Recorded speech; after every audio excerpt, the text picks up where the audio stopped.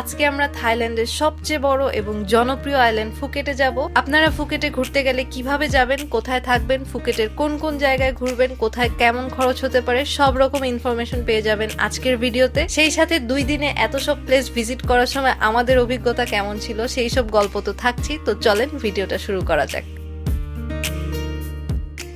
Hello সবাই, কি অবস্থা? Hello everyone. আমি আজকে খুবই খুশি কারণ আমরা এখন নতুন একটা জায়গায় যাচ্ছি। নতুন কোনো জার্নি শুরু করা মানেই তো একটা এক্সাইটমেন্ট। আমি ফুকেট যাচ্ছি ফর দ্য ফার্স্ট টাইম। আমি সেকেন্ড টাইম, বাট সেটাও আগের কথা। আমরা এখন আছি মেইনলি থাইল্যান্ডের পাতায়াতে। পাতায়া আর ব্যাংককের কয়েকটা ব্লগ আমাদের চ্যানেলে আগেই দেওয়া আছে, ওগুলো মিস করে থাকলে কিন্তু দেখে নিতে পারেন। ফুকেট কিন্তু অনেকভাবেই যাওয়া যায়। বাংলাদেশ থেকে ডিরেক্ট ফ্লাইটেও যাওয়া যায়, আবার ব্যাংকক থেকে ফ্লাইটে, বাসে অথবা ট্যাক্সিতে যাওয়া যায়। তো এখন আমরা প্রথমে যাচ্ছি পাতায়া ইন্টারন্যাশনাল এয়ারপোর্টে। এটা আবার পাতায়া শহর থেকে প্রায় 45 কিলোমিটার দূরে। এই কারণে আমি এখন গ্র্যাব অ্যাপে গাড়ি কল করলাম। মিস করবো এটা এখান থেকে চলে গেলে। মিস করার কিছু নাই, ওখানে গেলেও পাবা। ওরে গ্র্যাবে এবার আমরা এরকম গাড়ি পাইছি। Utapao airport departure, domestic departure for Phuket. Flight হচ্ছে দুপুর 1টার সময়, এখন সকাল 10টা বাজে। আমরা রওনা দিলাম। থাইল্যান্ডের হাইওয়ে গুলো এত ভালো, আমাদের দেশের মাওয়া হাইওয়ের মতো পুরো স্মুথ।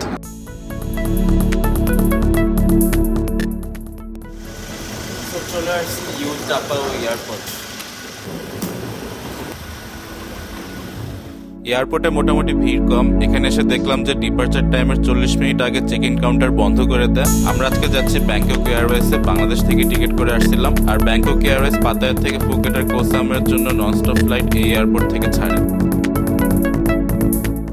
বোর্ডিং গেটে ঢোকার পর সাথে ক্যারি করার যে ব্যাগটা থাকে ওইটা চেকিং এর ক্ষেত্রে কিন্তু অনেক স্ট্রিক্ট ওরা। কারো ব্যাগে কোনো লিকুইড কিছু থাকলে, যেমন লোশন বা লিকুইড কসমেটিক্স এই টাইপ কিছু থাকলে ঠাস ঠুস ফেলাই দিচ্ছে। আমার ব্যাগে একটা লিকুইড লিপস্টিক ছিল, এটাও 2-3 বার চেক করার পরে লিকুইডের পরিমাণটা একটু কম দেখে অ্যালাউ করছে ফাইনালি। আমি ভয়ে ছিলাম। আর এখানে কোনো খাওয়া দাওয়ার ব্যবস্থাও নাই একবার ঢুকে গেলে। এয়ারপোর্টে যে অনেক খাবার দোকান থাকে এগুলো সবই বন্ধ। আমি জিজ্ঞেস করলাম, এখানে দোকানগুলোর ওপেনিং টাইম হচ্ছে বিকেল 4টার পরে। সো খাওয়া দাওয়ার কোনো ব্যবস্থা নাই, আগে খাওয়া দাওয়া করে এয়ারপোর্টে আসলে ভালো। প্লেনে উঠবো এখন। ওয়াও,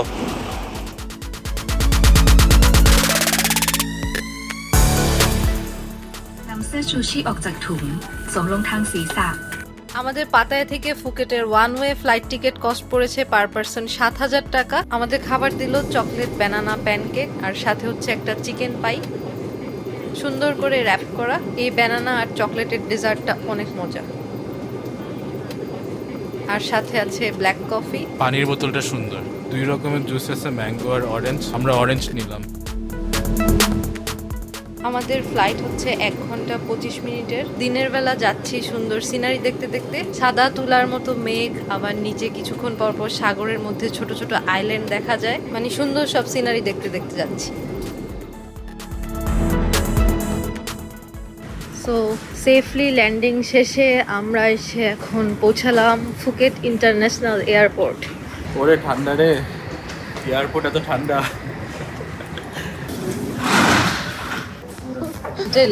এটা কি? এটা রোবট পরিষ্কার করতেছে, ক্লিন করার রোবট। এয়ারপোর্টের থেকে বাইর হওয়ার সময় অনেক ট্যাক্সি বা মিনি বাসের কাউন্টার আছে। ট্যাক্সি নিলে লাগবে 800 বাত, যেটা 2500 টাকার মতো। আর মিনি বাসে শেয়ার করে গেলে লাগবে 180 বাত, যেটা 500 টাকার মতো পার পার্সন। তো আমরা আজকে পাতং যাচ্ছি ফুকেটে। এখানে যাওয়ার জন্য আমরা মিনি বাসে 2টা টিকিট নিয়ে নিলাম। এখানকার মিনি বাসগুলো ভালো, একদম হোটেল পর্যন্ত ড্রপ করবে। চলে আসলাম। আজকে সুন্দরী, মিনি বাস, পরিষ্কার, সুন্দর। আমরা সবার সামনে সিট পেয়েছি। এয়ারপোর্ট থেকে পাতং বিচ পর্যন্ত যেতে আমাদের সময় লাগবে প্রায় 50 মিনিটের মতো। মিনি বাসে যাওয়ার সময় মাঝখানে ড্রাইভার একটা ব্রেক দেয় 5-10 মিনিটের জন্য। এখানে ব্রেক দিয়ে আসলে একটা অফিসে ট্যুর প্যাকেজ দেওয়ার চেষ্টা করে। এগুলোতে একটু প্রাইস বেশি থাকে, সো এখান থেকে না নেওয়াটাই বেটার। কাছাকাছি চলে আসছি, দূরে সাগর দেখা যাচ্ছে। যাওয়ার পথে কত সুন্দর একটা জায়গা দেখলাম। দেখেন, এক লাইন ধরে কতগুলা ফুডকার্ট সাগরের পাড়ে। হোটেল চেক ইন করে অবশ্যই এখানে আসতে হবে ভিউ এর সাথে খাওয়া দাওয়া করতে। আমাদের হোটেলে যাওয়ার রোডটা সুন্দর, কালারফুল এরকম কিউট কিউট বাড়ি। চলে আসছি ফুকেটের মেইন যেই বিচ, মানে যে এরিয়াতে ট্যুরিস্ট সবচেয়ে বেশি থাকে, পাতং বিচে। আমরা যেই হোটেলে এসে চেক ইন করলাম সেটা রুম ট্যুরটা এই ভিডিও শেষে আপনাদের সাথে শেয়ার করব। আগে আগে বিচে চলে আসছি কারণ আমরা আস্তে আস্তে আজকে সানসেট টাইম হয়ে গেছে। বাট এসে প্রথমে যেটা মনে হয়েছে অনেক সুন্দর, বিশাল বড় বড় ঢেউ। সারাদিন জার্নি করে আসার পর এরকম একটা বিচে এসে সেই রকম রিফ্রেশিং লাগতেছে।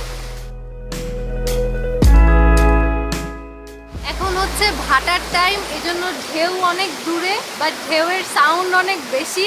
আর দুই সাইডে হচ্ছে পাহাড়ের মধ্যে ছোট ছোট ছোট ছোট বাড়ি দেখা যায়, এই পাশেও এই পাশেও সুন্দর ভিউ। খুবই ভালো লাগতেছে, ওয়েদারটাও পারফেক্ট, এনজয় করতেছি। এখন কিন্তু রোদ নাই, পুরো মেঘলা। ঢেউগুলো এত বড় যে ঢেউগুলো সৈকতে বাড়ি খেয়ে কুয়াতে একটা পরিবেশ সৃষ্টি করছে। একটু দূরে তাকালে মনে হয় কুয়াশার মতো, বাট কুয়াশা না, এগুলো ঢেউয়ের পানির ছিটা।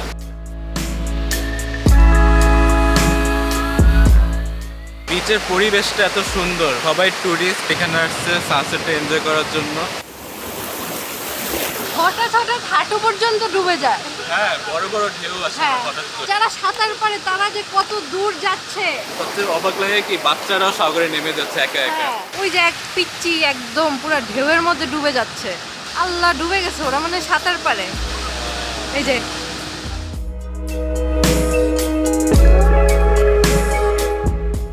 বিচের আশেপাশে এখানে হাঁটাহাঁটি করলে অনেক অনেক ফুড কোর্ট দেখতে পাবেন। কত রকমের স্ট্রিট ফুড যে পাওয়া যায়। সবচেয়ে ভালো লাগে ফ্রেশ ফ্রেশ ফল সুন্দর করে এভাবে প্যাক করে করে সেল করে। এখানকার ওয়েদার যেহেতু একটু গরম, তাই ঠান্ডা ফলের জুস খেতে সবচেয়ে ভালো লাগে। এমন বিশাল সাইজের এক গ্লাস ম্যাঙ্গো স্মুদি মাত্র 120 থেকে 150 টাকায় পাওয়া যায়। সো এই জন্য আর কিছু খাওয়া হোক আর না হোক, একটু পরপর এই জুসগুলো খেয়ে মজাই লাগতেছে। তারপর আমরা এক জায়গা থেকে পাদ থাই ট্রাই করেছি। পাদ থাইয়ের সাথে কয়েক রকমের সস দিচ্ছে, স্পাইসি, সুগার, ভিনেগার, সাথে লেবু দেওয়া আর গুঁড়া গুঁড়া করে বাদাম দেওয়া। অনেক গরম, দেখেই ভালো লাগতেছে। পাদ থাইয়ের দাম হলো 100 বাত, যেটা হলো টাকায় 300 টাকার মতো। এখানকার থাই নুডলস এত মজা, এত টেস্টি, এটা নিয়ে নতুন করে কিছু বলার নাই। থাই ট্যুরে আমার একটা আইটেম অনেক বেশি পছন্দ হয়েছে, এটা হচ্ছে ব্যানানা প্যানকেক। একটু পরপরই এক একটা কার্টে কার্টে করে ওরা ব্যানানা প্যানকেক বিক্রি করে। অনেক জায়গায় হচ্ছে ময়দা দিয়ে রুটির মতো বানায় নেয়, আবার অনেক জায়গায় হচ্ছে জাস্ট দোসার মতো একটা ব্যাটার দিয়ে উপরে হচ্ছে কলা দেয় ছোট ছোট করে কেটে কেটে, তার উপরে হচ্ছে নিউটেলার সুন্দর একটা লেয়ার দিয়ে দেয় ডিজাইন করে। অনেক সুন্দর হয় দেখতে, অনেক ইয়াম্মি হয়।ได้ชวนมาจมเราย้ายมันไปจะไปประมาณที่นี่ป้าไปนี่ตลาดคนภูเก็ตนี่ থ্যাংক ইউ। খাবার পরিমাণটা কিন্তু মোটামুটি ভালোই, দাম হচ্ছে মাত্র 50 বাত করে, মানে 150 টাকা।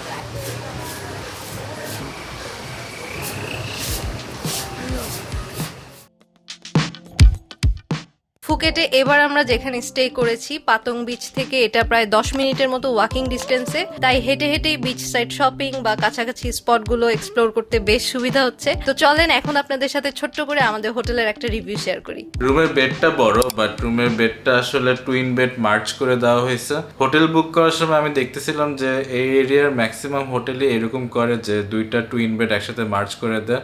রুমের ডেকোরেশনটা কিন্তু খুবই সুন্দর, আর আমার যেটা বেশি ভালো লাগছে সেটা হলো এই রুমের পেইন্টিং গুলা খুবই স্মার্ট এইগুলা, আর পিছনের যে কালারটা, কালার সিলেকশনও খুবই ইউনিক আর সুন্দর। আর ওয়াশরুমটাও ক্লিন, ভালোই। রুমের মধ্যে জানালা, জানালা থেকে হচ্ছে এই যে ভিউ, সিটি ভিউ। বড় একটা টিভি, রুমের মধ্যে রাউটার, আর নিচে ছোট একটা ফ্রিজ। অনেক কিছু আছে বাট কোনো কিছুই ফ্রি না। রুমের ক্যাটাগরি হচ্ছে ডিলাক্স রুম। রুমের সাথে কমপ্লিমেন্টারি ব্রেকফাস্টও পাচ্ছি। এই রুমের কস্ট পড়ছে আমার 2300 টাকা পার নাইট। আসলে ফুকেটে অল্প বাজেটের হোটেল মোটামুটি এইরকম। আমরা এখন এসেছি বাংলা ওয়াকিং স্ট্রিটে। ফুকেটের নাইট লাইফের সেন্টার হচ্ছে এই বাংলা রোড। সন্ধ্যার পর থেকে এই রোডটা এখানকার টুরিস্টদের কাছে মোস্ট পপুলার। সব ধরনের যানবাহন চলাচল অফ হয়ে যায়। এই লম্বা রোড ধরে সবাই হেঁটে হেঁটে জমজমাট ভাইবটা এনজয় করে। লাইভ মিউজিক চলতেই থাকে, তবে আমাদের কাছে একটু নয়েজি মনে হচ্ছিল, এই জন্য বেশিক্ষণ থাকতে পারি নাই। এরপর ডিনারের খোঁজে বের হতেই বৃষ্টি, আর বৃষ্টি শুরু হওয়ার সাথে সাথে একটা ইন্টারেস্টিং ব্যাপার দেখলাম। এখানে খুবই অল্প দামে মানে 20 থেকে 50 বাত করে কালারফুল পলিথিনের রেইনকোট সেল করা শুরু হয়, যেটা দেখতে মজা লাগছে। তো আমরা বারবারই সব জায়গায় বৃষ্টি পাচ্ছি, সো থাইল্যান্ড ট্যুরে আসলে ব্যাগে ছাতা রাখতে ভুলবেন না কিন্তু। রাইস মিল নিলাম। এখানে রাইস মিলের সাথে চিকেন দিছে। চিকেনটা এরকম ঝুরা ঝুরা করে রান্না করা, সাথে বেসিল লিফ দিয়ে রান্না করছে, আর সাথে একটা ডিম। রাইস মিলের সাথে এরকম ফিশ সস সার্ভ করে। এই ফিশ সসটা এত মজা, মানে একটা লবণিশ লবণিশ ঝাল, মানে যে কোনো খাবারের সাথে মিক্স করলেই মজা হয়ে যাবে। ওদের নর্মাল প্লেন রাইসও একটু কেমন যেন দেখতে অয়েলি অয়েলি, বাট আসলে অয়েলি না। আমরা যেরকম প্লেন ঝরঝরে ভাত খাই ওরকম না, একটু একটু ডিফারেন্ট। এরকম রাইস মিলের প্রাইস হচ্ছে 120 বাট। ভালো।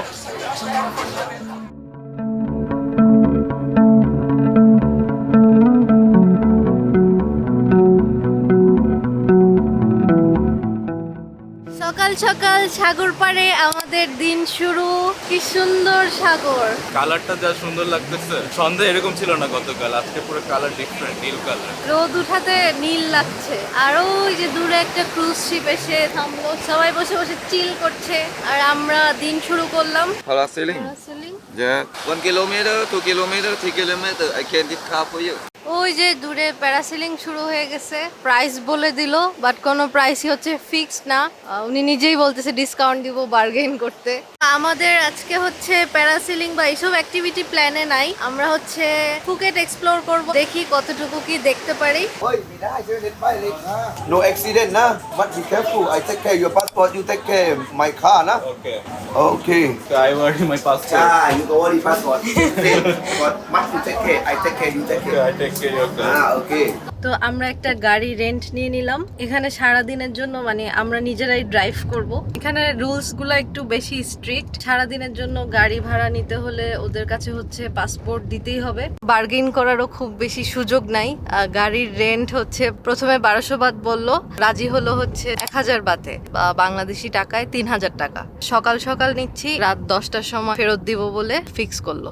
গাড়ি বা বাইক যে চালাবে তার ইন্টারন্যাশনাল লাইসেন্স থাকতে হবে, না হলে হচ্ছে পুলিশ চেকপোস্ট থাকে, জরিমানা করে দেয়। ফাইনালি আমরা স্টার্ট করলাম একদম পাতং বিচের কাছাকাছি যেই সুন্দর একটা বিচ আছে ওখানে রওনা দিলাম। তো আমরা হচ্ছে নিজেরাই গাড়ি নিয়ে নিছি এতক্ষণ কথাবার্তা বলে। এখানে চাইলে বাইকও রেন্ট নিয়ে সারাদিন ঘোরা যায়। সারাদিনের জন্য এই বাইকগুলো রেন্ট নিলে হচ্ছে লাগবে পার ডে 300 বাত করে। পাতায়াতে আরেকটু কম ছিল, 250 বাতে পাওয়া যেত, বাট এখানে একদম ফিক্সড রেট। আর এক একটা দোকানে এক এক রকম ডেপোজিট চায়। তো আমরা যেই দোকান থেকে গাড়ি নিচ্ছি এই দোকানে বাইকের জন্য ডেপোজিট চেয়েছিল 20,000 বাত, বাংলাদেশি টাকায় 60,000 টাকার মতো, অনেক বেশি। আর এছাড়া হচ্ছে ফুকেট এক্সপ্লোরে ট্যাক্সিও নিয়ে ঘোরা যায়। To elephant, 200 baht. For two old people, Phuket Old Phuket town, 600 baht.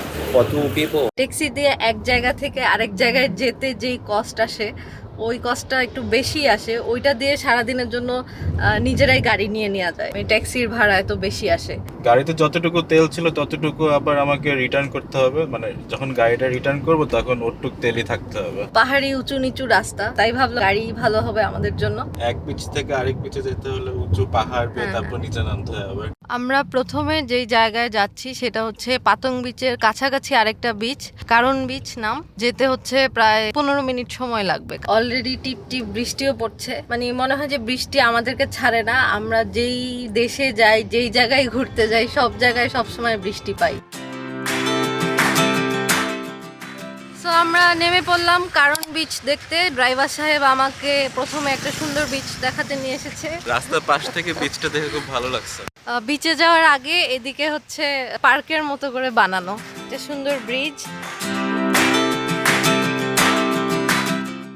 এই বিচে টুরিস্ট অনেক বেশি, সবাই সানবাথ করছে, রিল্যাক্স করছে। আর পিছনে অল্প কয়টা এরকম দোকান।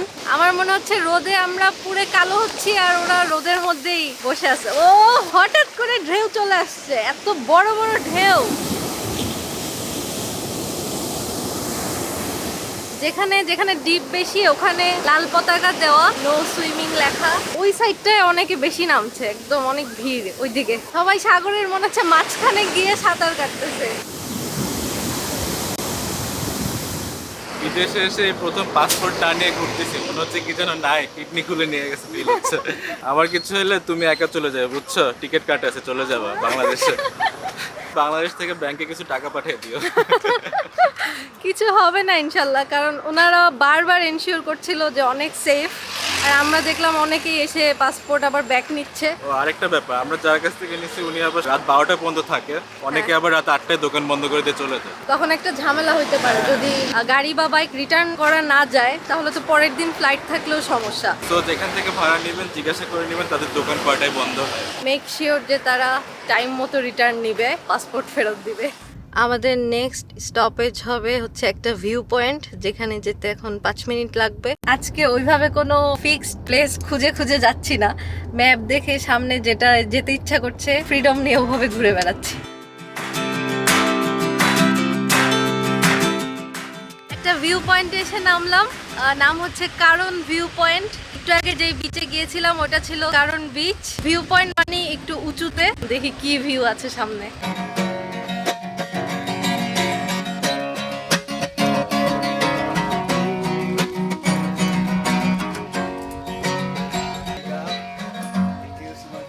ওয়াও, খুবই সুন্দর লাগতেছে। ফুকেটে 3টা মোস্ট পপুলার বিচ দেখা যাচ্ছে। একদম দূরেরটা হলো পাতং বিচ যেখানে আমরা ছিলাম, তারপর হলো কারণ বিচ, আমরা নামলাম গাড়ি থেকে, শেষে হলো কাতা বিচ। আমার ওই কাটা বিচেই যেতে ইচ্ছা করতেছে, কারণ এখানে দেখা যাচ্ছে পাথরে পানি বাড়ি খাচ্ছে, ভিউটা বেশি সুন্দর হবে কাছ থেকে দেখলে। ভিউ পয়েন্টটা এমন যে ড্রোন লাগবে না, এখান থেকেই ড্রোন ভিউ পাওয়া যাচ্ছে। এদিকে এই যে উঁচু হয়ে গেছে, উঁচু রাস্তা দিয়ে আমরা আসছি। পাহাড়ের একদম উপরে বিগ বুদ্ধা, এটাও একটা ফুকেটের পপুলার টুরিস্ট স্পট। বন্ধ নাকি? ও কয়েন দিতে হবে। এখানে হচ্ছে কয়েন দিলে এটা খুলবে। এখানে হচ্ছে ছোটখাটো একটা পার্কের মতো বানানো, এখানে বসে বসে বাতাস খাচ্ছি আর সামনে ভিউ দেখছি। পাশে হচ্ছে গানের ব্যবস্থা, গিটার দিয়ে গান গাচ্ছে আর সবাই খুশি হয়ে ওনাকে যে যা পারে ডোনেট করছে। গান শুনতে ভালোই লাগতেছে। হ্যাঁ ভালোই, রিল্যাক্সিং রিল্যাক্সিং গানই গাচ্ছে।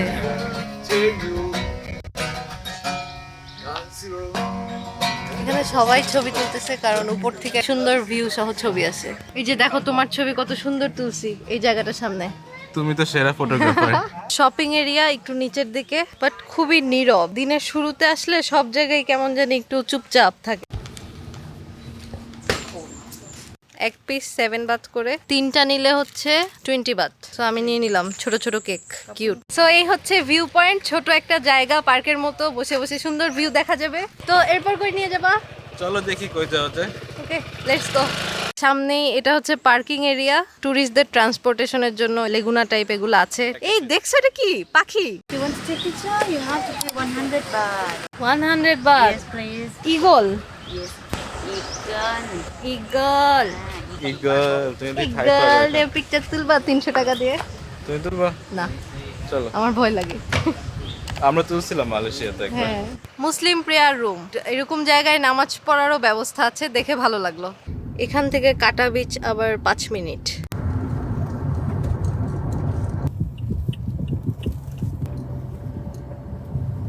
এই বিচটার নাম হচ্ছে কাতা নই বিচ, অনেক পপুলার মনে হচ্ছে কারণ পার্কিংয়েই অনেক ভিড়।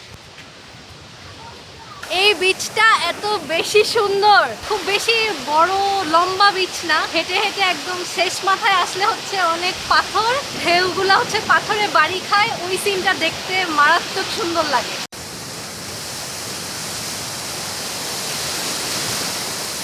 এদিকে এক কোনায় আবার বড় গাছ, যেটা ছায়ার নিচে সবাই বসে এই ভিউ দেখছে। সিঁড়ি দিয়ে উঠে ভিউ পয়েন্ট সহ রেস্টুরেন্ট আছে। খুবই সুন্দর ভিউ, খুবই রিল্যাক্সিং, ঢেউগুলো বড় বড়, এখানে আবার সার্ফও করা যায়। সকালে আরো যেই 2টা বিচ দেখলাম তার থেকে এই বিচটা সবচেয়ে বেশি সুন্দর। এখানে এসে মন ভালো হয়ে গেছে, এরকম লাগতেছে। তো আপনারা ফুকেট আসলে কাটা নই বিচে ঘুরে যেতে পারেন, সুন্দর একটা বিচ।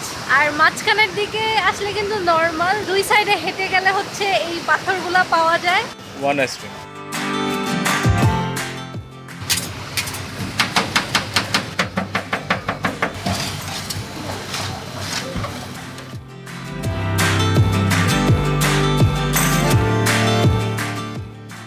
কালার। এত গরম, এই গরমের মধ্যে আইসক্রিম খেয়ে মজাই লাগছে। আইসক্রিম তো আইসক্রিমের মতোই ঠান্ডা মজা, বাট বানানোর ওয়েটা আর প্রেজেন্টেশনটা একটু অন্যরকম। এটা ছিল ওরিও ফ্লেভারটা, তাই একটা ওরিও বিস্কুট দিয়ে দিছে।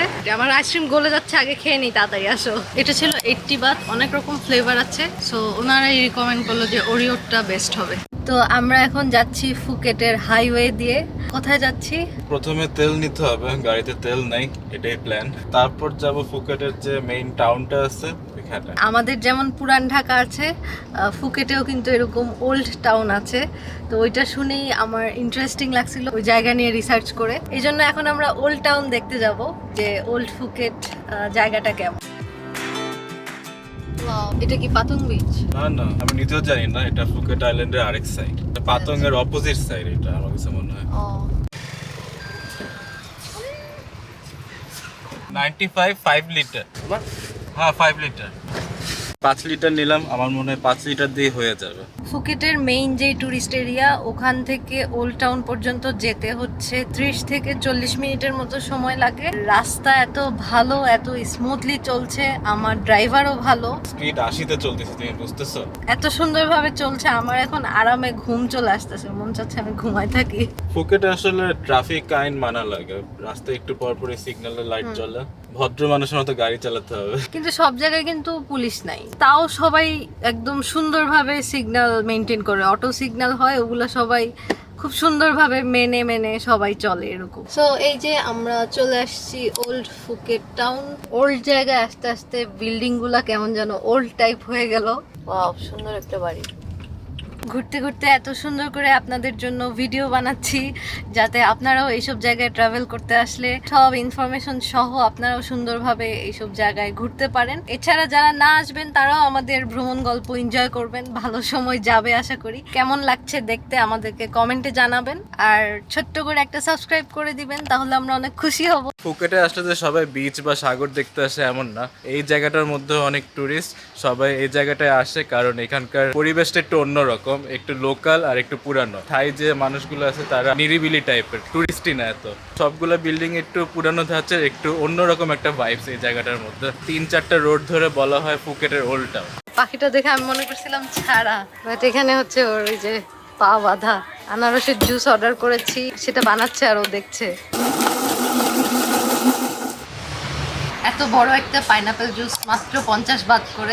এইটা হচ্ছে একটা কফি শপ, আজব। আউটলুকটা হচ্ছে একদম দোকান টাইপ, পুরনো জিনিসপত্রের। আসলে এটা একটা cafe, drawing room, cafe and gallery. এটা হচ্ছে ওল্ড টাউনের বিখ্যাত ক্লক টাওয়ার, হলুদ একটা বিল্ডিং। এখানে সবাই ইনস্টাগ্রামের জন্য ছবি তুলে, সিগন্যাল দিয়ে জ্যাম পড়লে তারপর হচ্ছে এই ক্রসিং এ গিয়ে দাঁড়ায় সবাই ছবি তুলতেছে। এখানে এত অ্যাস্থেটিক ছবি আসে, সবার ছবি তোলার লাইন ধরা লাগে। কালারটা ডিফারেন্ট, যে মানে কালারটাই অ্যাস্থেটিক। আমারও তুলতে হবে। জায়গাটার এই পাশেও ফুকেট মিউজিয়াম, এটাও ফুকেট মিউজিয়াম, দুইটা বিল্ডিংই ফুকেট মিউজিয়াম। চারপাশে অনেক দোকান, এখন জাস্ট খোলা শুরু হয়েছে। মানে এই যে নারকেলের খোসার মধ্যে সুন্দর করে বাটি বানানো, এক একটা ডিজাইন এক এক রকম সুন্দর। থাইল্যান্ড। How much? একটা 100 বাত। অনেক রকম ব্রেসলেট আছে মেয়েদের, সবই 100 বাত করে এক একটা। এখানকার ট্যাক্সিগুলো এরকম পিঙ্ক কালারের, কিউট। এই পুরা রোডের মধ্যে এদিক দিয়ে একটা রোড আছে, খুবই পপুলার, দেখেই বুঝতে পারতেছেন কি ভিড়। সবাই ছবি তোলার জন্য লাইন দিয়ে আছে পাগল হয়ে। এটা আসলে একটা দোকান, ভিতরে দোকানদারও আছে, মানে তার কোনো অ্যাটেনশন দেওয়ার টাইম নাই, সবাই ভিড় করে ছবি তুলতেছে। নেম আমিন। আমিন, ও মাশাআল্লাহ, জোজোকে মিস করতেছি প্রচন্ড। একটা রেস্টুরেন্টে বসে শ্রিম্প নুডলস অর্ডার করলাম। এই যে 3টা বড় বড় চিংড়ি দিছে, সাথে ডিমও দিছে। ওদের প্রেজেন্টেশনটা খুব সুন্দর, এই বাটিটা আমার খুব পছন্দ হয়েছে।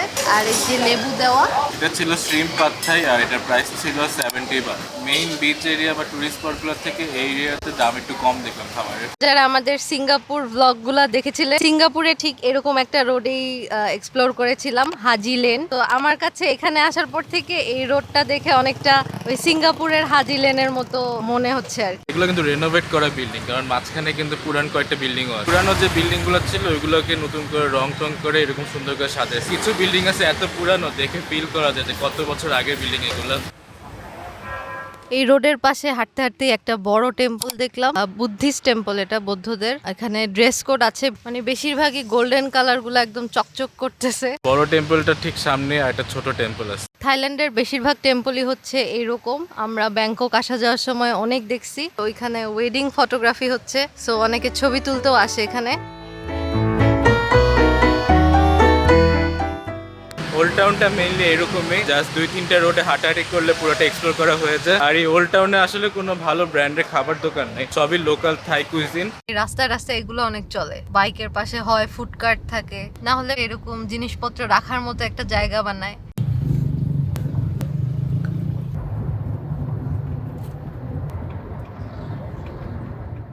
আমরা বড় একটা স্ট্রিট ফুড মার্কেটে নামলাম, এটা পাতং যাওয়ার পথেই পড়ে, একটু আগে আর কি। এত বিশাল মার্কেটটা আর অনেক রকমের খাবার এটা। এটা হলো ক্র্যাব স্টিক। Thank you. কোনটা নিছো? কোকোনাট শেক খেলাম, ডাবের ভিতরে যে নারকেল থাকে ওইটাকে কুড়ায় ব্লেন্ডারে ব্লেন্ড করে শেকটা বানিয়েছে, অনেক রিফ্রেশিং।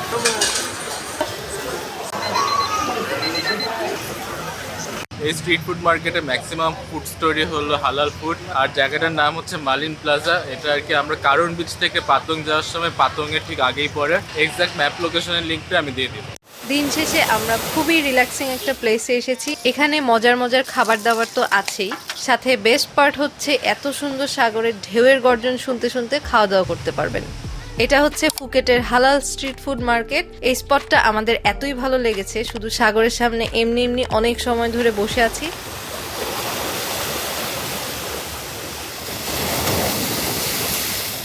সারাদিনের সব টায়ার্ডনেস চলে যায় এরকম। তো যাই হোক, থাইল্যান্ডের সবচেয়ে সুন্দর জায়গা থেকে এর পরের পর্বে দেখা হবে ইনশাল্লাহ। সবাই অনেক অনেক ভালো থাকবেন, সুস্থ থাকবেন। আল্লাহ হাফেজ, বাই বাই।